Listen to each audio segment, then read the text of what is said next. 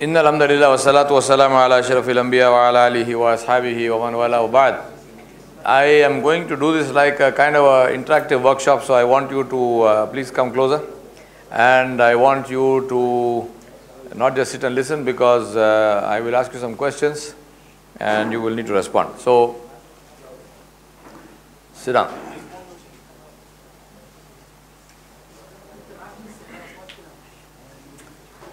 All right, the topic today is what I've called leveraging adversity. How can you take advantage of adversity?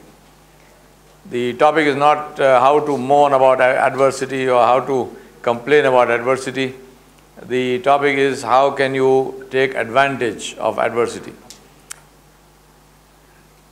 So let us see, first of all, let me ask you this question. What is adversity? Can somebody describe for me, according to you, what is adversity?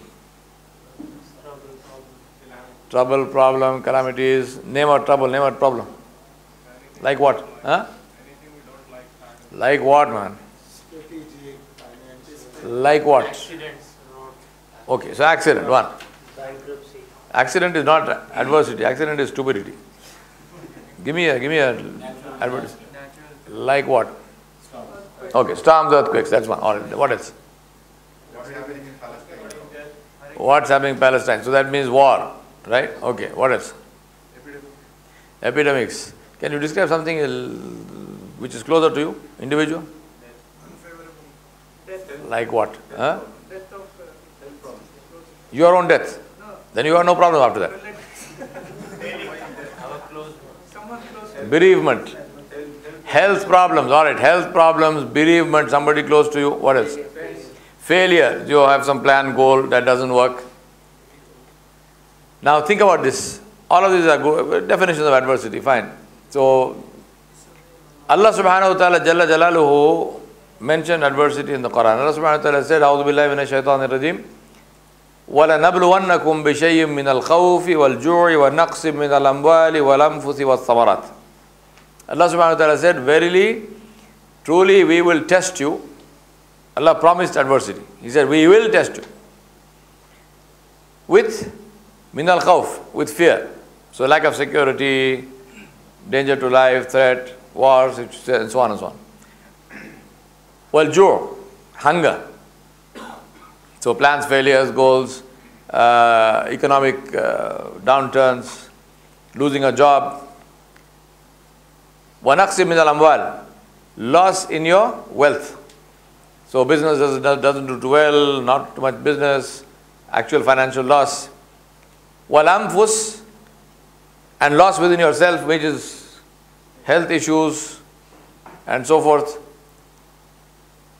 وَالثَّمَرَاتِ, and loss within your family. So illness of children, bereavement, death of somebody close to you, and so on. So Allah subhanahu wa ta'ala actually, interestingly, the language, Allah said, yes, I will, definitely you will be tested. So not only is Allah subhanahu wa ta'ala saying that adversity will come, Allah says, I will make sure it comes. It will happen. So these are adversities. Now, Allah subhanahu wa ta'ala then went on and He made a very pointed statement, and He said, وَبَشِّرِ الصَّابِرِينَ. He said, give the glad tidings, give the good news to the people who have sabr. What is sabr? Patience. What is patience? To sit. Yeah? Trying your best and praying. Jazakumullah khair. Patience is not just sitting around. No. Patience is not simply sitting around. Patience is to do your utmost in the situation, whatever the situation is. Do the maximum that you can do, and then ask Allah subhanahu wa ta'ala for His help. So sabr is not a symbol of doing nothing. Sabr is a symbol of doing the maximum that you can do. Apply your mind, apply your body, apply your energy, apply your resources to the best of your ability, and then ask for the help of Allah subhanahu wa ta'ala. Why ask for the help of Allah subhanahu wa ta'ala when you have already made all this effort? Because that is the tawheed of action. The tawheed of action is to do the maximum that you can do and know that it is the help of Allah which will make a difference, not the action. Why then must you act? Because this is what Allah subhanahu wa ta'ala ordered us to do. وَأَن لَيْسَ لِلْإِنسَانِ إِلَّا مَا سَعَى. Allah said for the human being is what he makes effort for. So why do we make the effort? Because Allah told us to make the effort.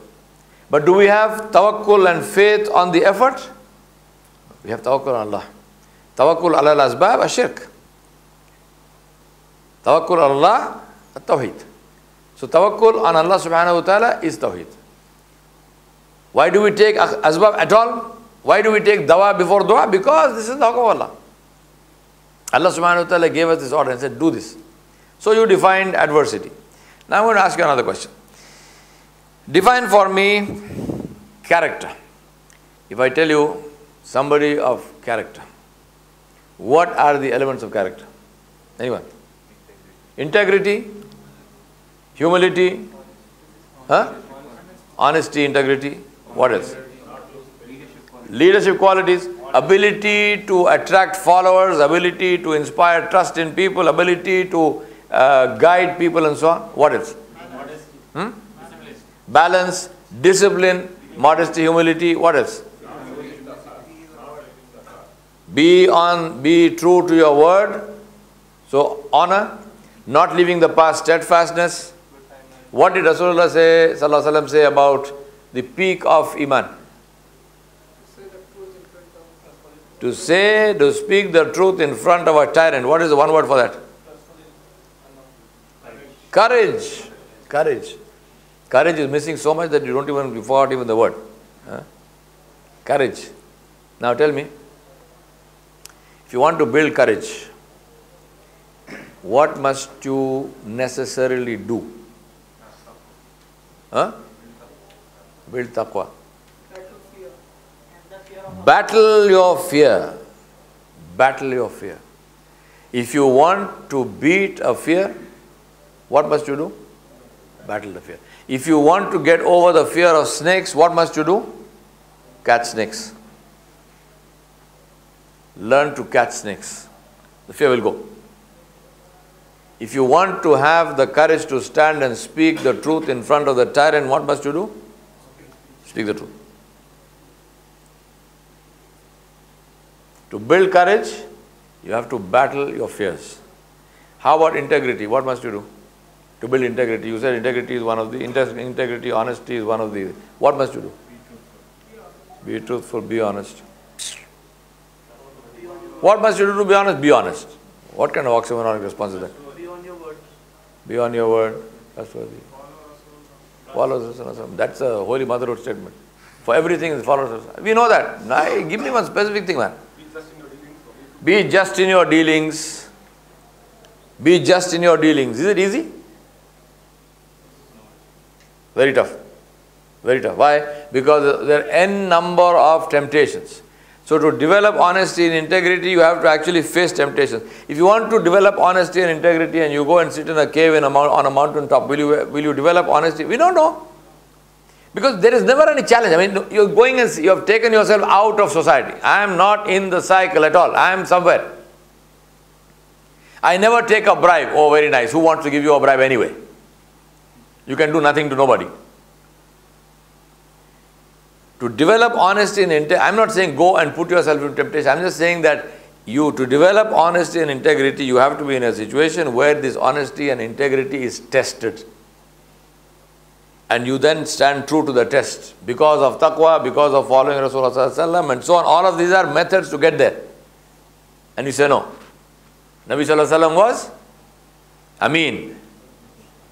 He was truthful, as-sadiq, wal ameen, truthful and trustworthy. So therefore, I will be truthful and trustworthy. But how do you develop that? How do you know that you will not take a bribe? Because a bribe was given to you and you refused. And you did that at a time when you needed the money. You say, no, I fear Allah.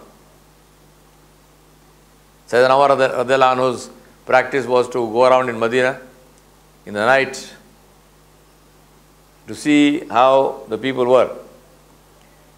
And one night he and his servant They were passing by a house, they overheard a conversation between two women. So Sayyidina Yawar just stood by the side of the wall, listening to the conversation. And it turned out to be a mother and a daughter. And the mother was telling the daughter, mix some water in the milk so that you increase the volume of the milk. So the daughter said, it is the order of the Amirul Mu'mineen, Umar ibn al-Khattab, that we should not adulterate milk, that we should not put water in milk, and we should be honest, and we should sell milk in its pure form. So the mother said, we are poor people, we have only this much, and Umar ibn al-Khattab is not standing here to see what you are doing. The daughter said, Umar ibn al-Khattab is not here to see what I am doing, but the Rabb of Umar ibn al-Khattab is seeing what I am doing. Radiallahu anhu. So I will not do it. Sayyidina Umar went back. Next morning he sent his servant, he said, go find out who these people are. The servant came back and he said, these are the only two, they have nobody in the world. This is a widow and this is a daughter. That's it. They have nobody in the world, they have no money, there is no nothing, they have two poor women. Sayyidina Umar radiallahu anhu called his sons, Abdullah ibn Umar, and he had another son called Asim, and he called his sons and he said, which one of you wants a wife? Which one of you needs a wife? He asked Abdullah ibn Umar first, do you need a wife? He said, no, I have my wife, I am happy with her. The other son asked him, he said, my father, if you permit me, I would like to marry, I don't have a wife. So he said, send a proposal for my son to that lady for her daughter. Who is the son? The son of the Amir of the Muslims, son of the Khalifa. His proposal is going to a destitute woman's daughter. Why? Because of the taqwa of this girl. The integrity of the girl. Umar ibn al-Khattab said, that is the one I want for my son. So integrity. To develop integrity, you need to face challenges of this. What was the third one you said? We talked about courage, we talked about integrity. What else did you say?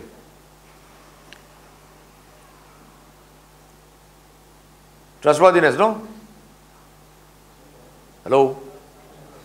I know this is fasting time, I know this is, you haven't eaten all day, but you got some energy left. Trustworthiness. How do you build trustworthiness? By what? By what? Means perseverance, right? Sticking with it. Steadfastness, perseverance. Not giving up halfway and saying, oh, I tried it. No. You have been trusted with a job, you complete it.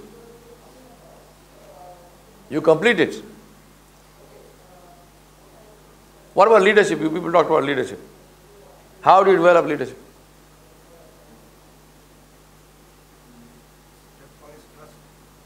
Build trust. So behave in a way where people will trust you. Teamwork. So ability to inspire people to follow you. Teamwork, yes? Lead from the front.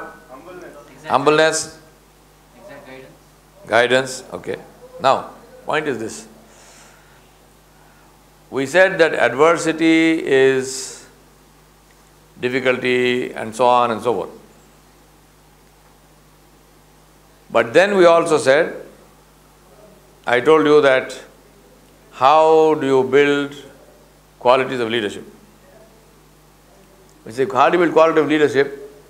What are the things that you are telling me? Are these easy things or difficult things? Huh? Difficult things. So when I ask you, what is adversity? You tell me it is difficulty, it is calamity, it is this, it is that, it is bereavement.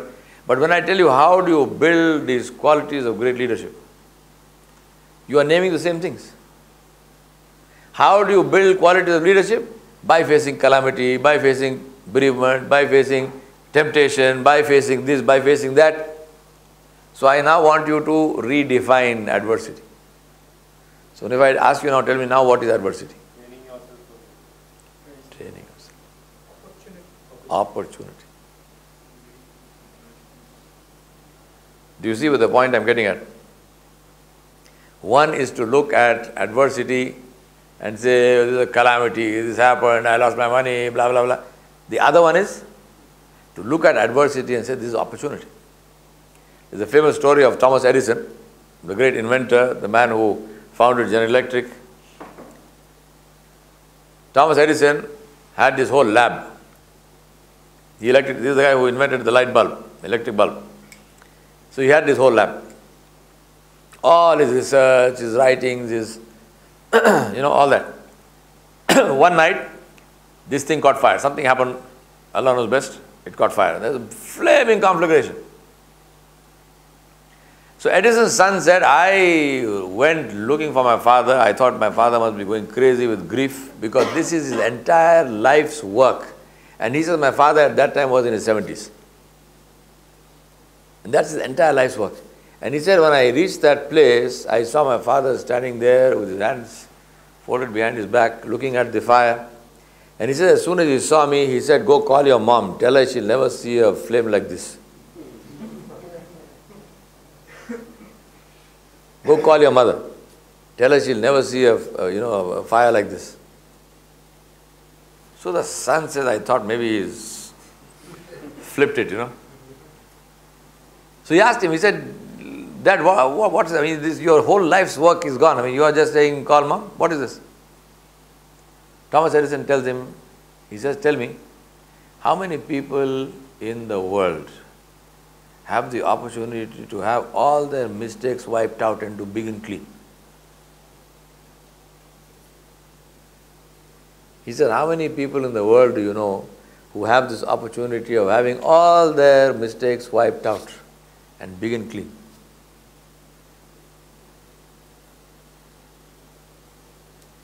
It's here. It's how you look at adversity. The reason I'm saying this is because we are living in times we probably have more than at least we like to think we have more than our fair share of adversity. May Allah protect all of you. Even if you don't have it personally, we have it collectively. As the Ummah of Muhammad Sallallahu Alaihi Wasallam, as common people, today, very interestingly, if you read what's happening, there is actually, numbers-wise, there are more non-Muslims who are protesting in the streets about what is happening in Gaza than Muslims. Quite literally. The King of Sweden and the Queen of Sweden in the street protesting against. What does Sweden have to do with anything? Why does the King and Queen of Sweden have to come out in the street to protest against what is happening in Gaza? May Allah give all these people hidayah and give them and bless them. Jewish people, thousands of Jewish people in the UK, in the US, in South Africa and Cape Town, absolutely hardcore place of Jewish people, out in the streets, talking and protesting against what is happening, what Israel is doing in Gaza. Why must the Jewish people do it? We must respect the integrity of people no matter who they are. Why must they do it? It is their state. Israel is number one item on any self-respecting Jewish person's agenda in the world. But those people are in the street, they are saying, no, sorry, we are not with this. We are not with this. What they are doing in Gaza is wrong, we are against it. Thousands of them. I'm not talking about small numbers, huge numbers. People keep sending me pictures of that in Boston, a rally. My God, I never saw that many people in America. Thousands and thousands of people. Streets are jammed. Central London is jammed with people in the street, all non-Muslims. People are very, very clear that they are speaking against injustice. So it's very important to be clear in your mind, right? And give credit where it is due. This is one of our problems. We do not give credit where it is due. If I ask you the opposite, when was the last time you saw Muslims in the street protesting against something which Muslims are doing? I can't even remember one instance. I cannot even remember of one instance where Muslims were in the street protesting against the oppression of others by Muslims. And believe me, we do it. Huh? Don't fool yourself. So I am saying to you that when we talked about adversity, you mentioned things which are, within quotes, negative. But when I talk to you about building character, What is character? What are the elements of character? How do you build character? You tell me the same things.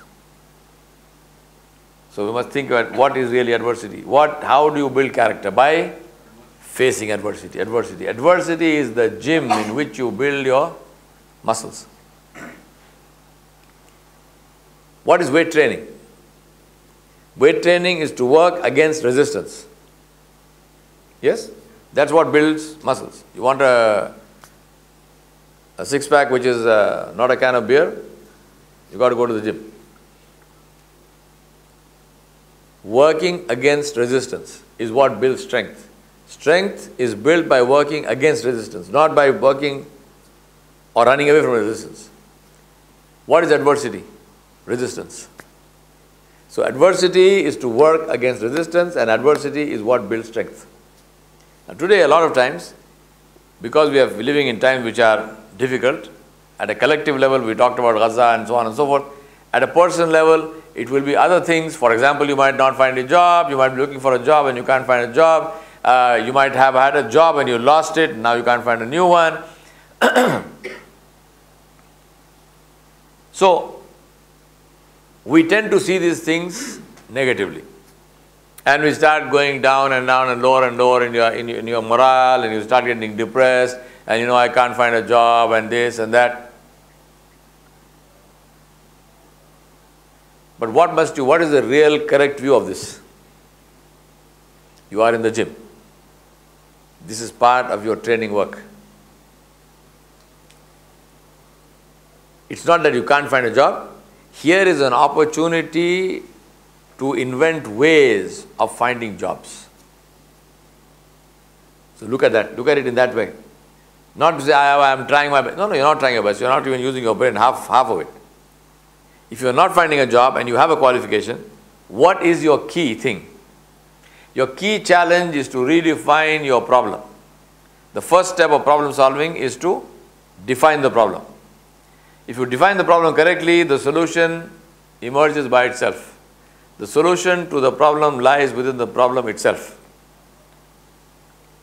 So if you're not finding a job, where's the problem? According to me, the problem is in how you define that issue. You define it as, I am not finding a job. That's a dead definition. That's a zero energy definition. It gives you no direction. I am not finding. Big deal. So what? If you redefine this problem and say, my problem is to find, generate, invent different ways of finding a job. That's a high energy definition. It gives you direction automatically. What are the different ways?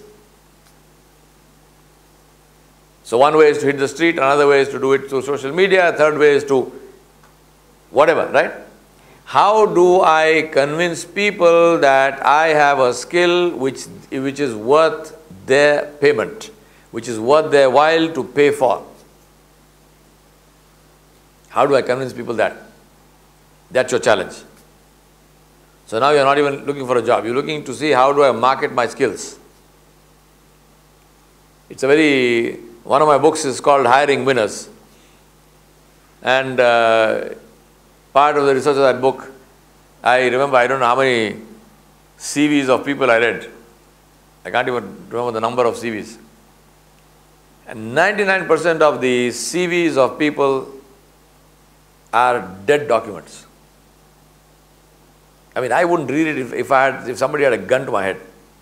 They are the most boring, the most dead documents you can find. Now, you probably think your CV is, the most interesting thing in the world, but for me, as a hiring manager, it's the most worthless thing.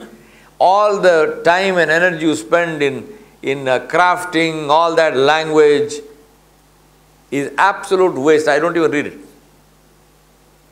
I do not even read it. I forget about impressing me. I won't even read it. Because I know you crafted it for the CV, who cares? I'm not interested. I only look to see what qualification has he got, which company did he work for, does it fit with me, that's it.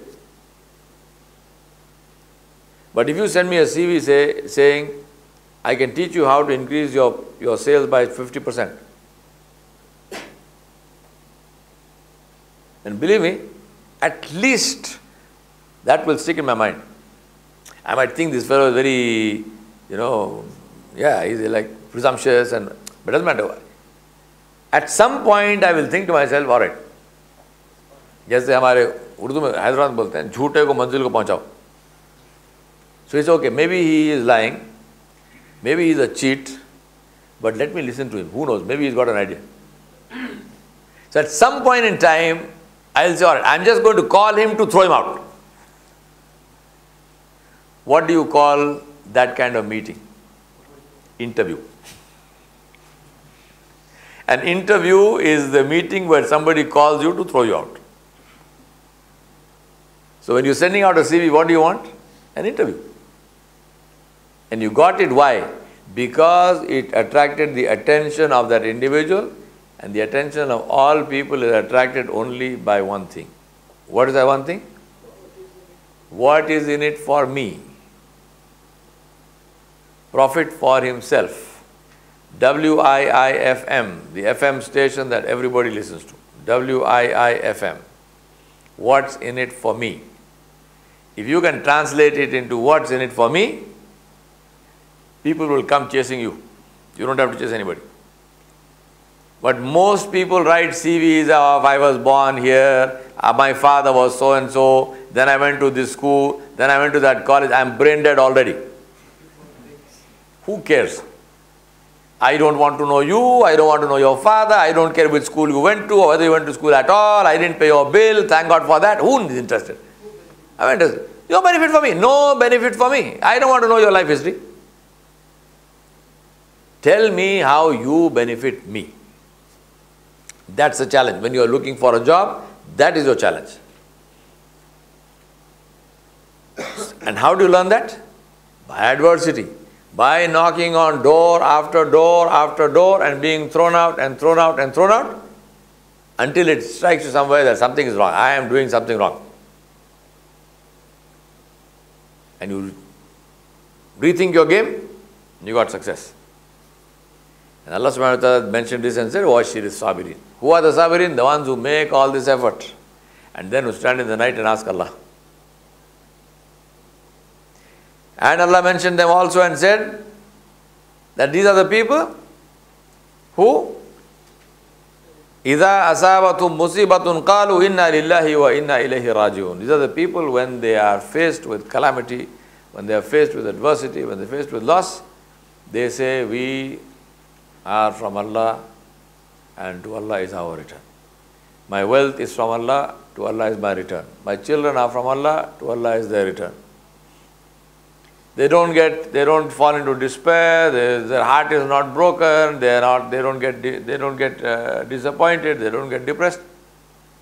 If they are affected, naturally you feel sad, but it does not freeze you, it does not take away your ability to act. And that's why Allah said about them, أُولَٰئِكَ عَلَيْهِمْ صَلَوَاتٌ مِّن رَبِّهِمْ وَرَحْمَةٌ وَأُولَٰئِكَ هُمُ الْمُهْتَدُونَ. Allah said, these are the people on whom Allah subhanahu wa ta'ala sends His salam and His mercy. And these are the people who are rightly guided. And that is the link between adversity and the rules of adversity and the kalam of Allah subhanahu wa ta'ala. So when you face the world, when you go out there and you find difficulty, what must you do? What must you do? Take it as a challenge. Before that, sabr. Even before that. Think positive. Huh? Can't hear you. Kya bol? Courage. No. Even before that.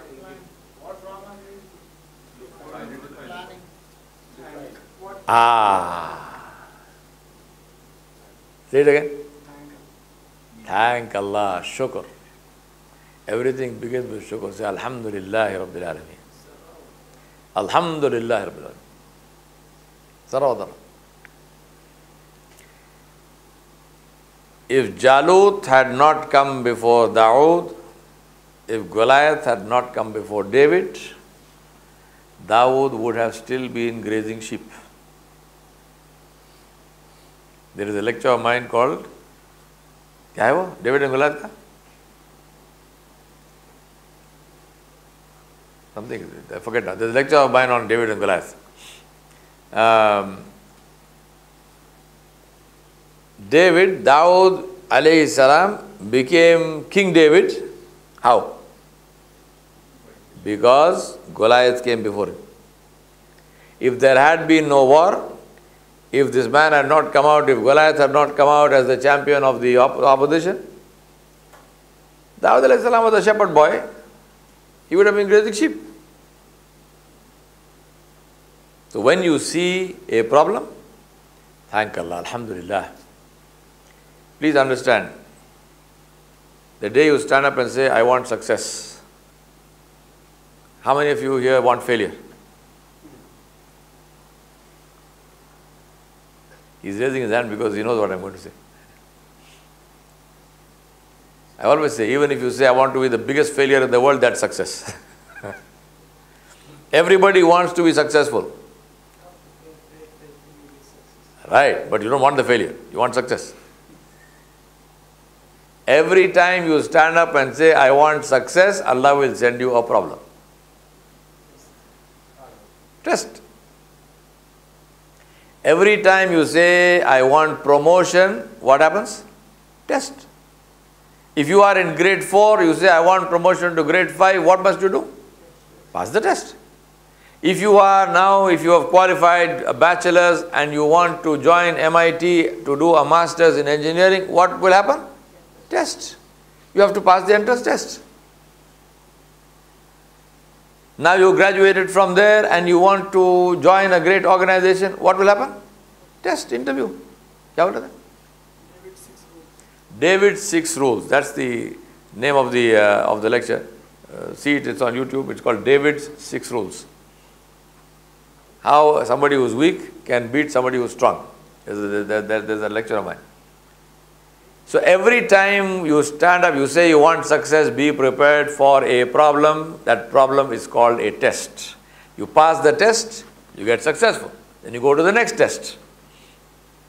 Now many times this is what we forget. We say, I want success, and then when the problem comes, oh my God, this problem, you are the one who applied for it. You are the one who applied for it. You are peacefully sitting in your house, eating one chapati and being kicked around. You should be happy. Ask any football, he's very happy being kicked around. What's your problem? He said, no, I don't want to be a football. I want to be the player. I want to be the one kicking. I don't want to be the one kicked. Then be prepared to stand up and face a test. Otherwise, be happy. Whatever your situation in life, stick around. No problem. Nobody's testing you. But you will also not get any progress. You will also not get any success. So the moment you stand up, be prepared for, within quotes, a problem. That problem's the real word for it, the real name is test. You pass the test, you get success. And that's what I want to end with, to say this is the real meaning of adversity. Adversity is opportunity. Adversity is your gym to build your muscles. Adversity is strength training against resistance. Adversity is a challenge. Adversity is what adds sweetness to the victory. David beat Goliath and he was very happy, and the world talked about it. If Goliath had beaten David, believe me, nobody would be talking about it. Because expected. The elephant kills the mouse, big deal. That's supposed to happen. But the mouse kills the elephant, the world will talk about it for the next 1,000 years. How did the mouse kill the elephant?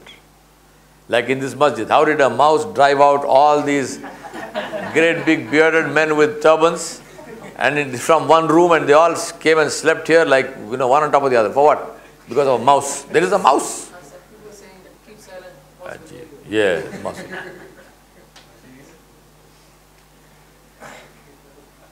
So adversity is something that we say Alhamdulillah, and then we ask the help of Allah subhanahu wa ta'ala. Final point, as I said yesterday in a different lecture, when Allah subhanahu wa ta'ala's help comes, when Allah wants to help, what is the first thing that Allah does? Remove support.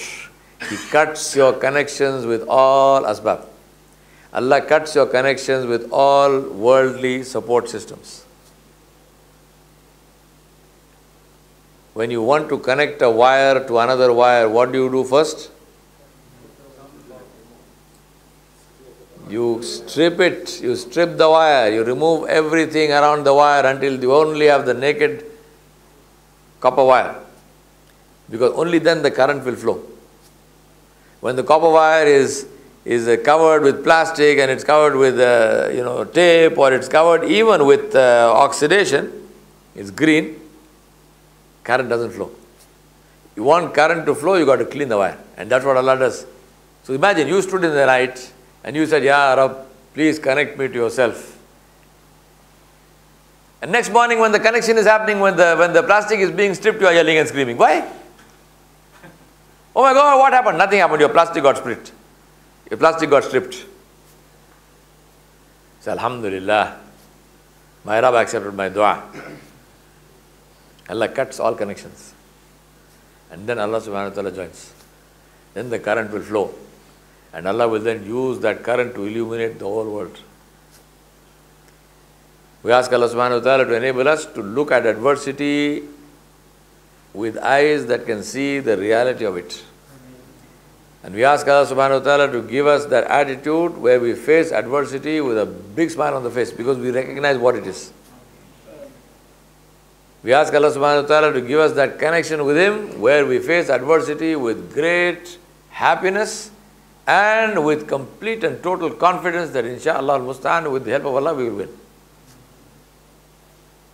And that's why the importance of taqwa, because Allah said, وَالْعَاقِبَةُ لِلْمُتَّقِينَ.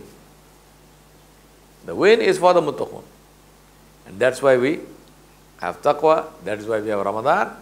Let's take advantage of the last few days which are left, inshallah, to polish that wire and get that taqwa out and shining as quickly as possible, because this is the time for us, inshallah.